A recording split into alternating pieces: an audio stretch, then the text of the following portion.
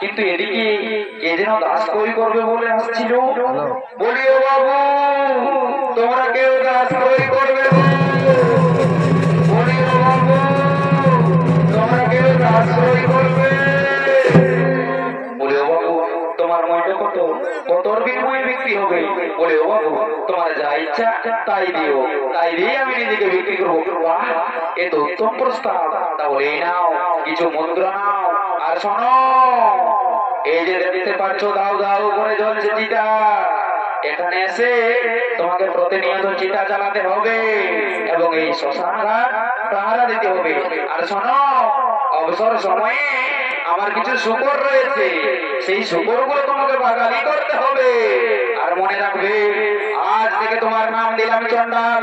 যাও চন্ডাল, চন্ডাল রূপে পাহারা দাও এই শ্মশান ঘাট।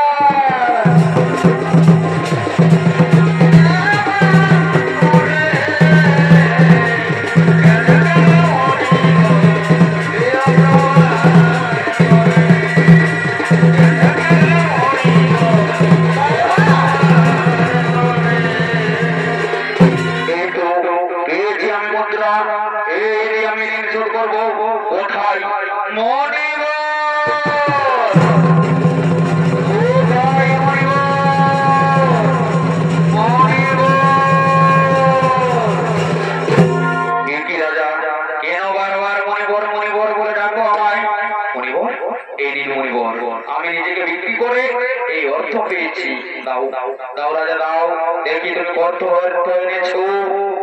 এই নিন মনিবর, এই নিন। বাহ বাহ রাজা, আজ আমি ধন্য রাজা, আজ আমি ধন্য। যাও রাজা, আজ থেকে তুমি হলে ঋণ মুক্ত। মনে রাখবে তোমার এই দানের কথা ইতিহাসের পাতায় স্বর্ণাম করে লিখিত থাকবে। যখনই কোনো বড় বড় দানের কথা উঠবে তখনই রাজা হরিশ্চন্দ্রের দানের কথা উঠবে। যাও রাজা, আজ থেকে তুমি হলে ঋণ মুক্ত, আজ থেকে তুমি হলে ঋণ মুক্ত, আজ থেকে তুমি হলে ঋণ মুক্ত।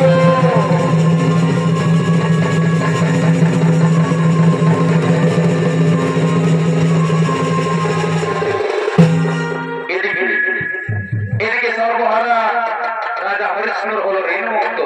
আর অপরদিকে তার পুত্র রহি আগমন করছে সেই পুষ্প বাগানের দিকে।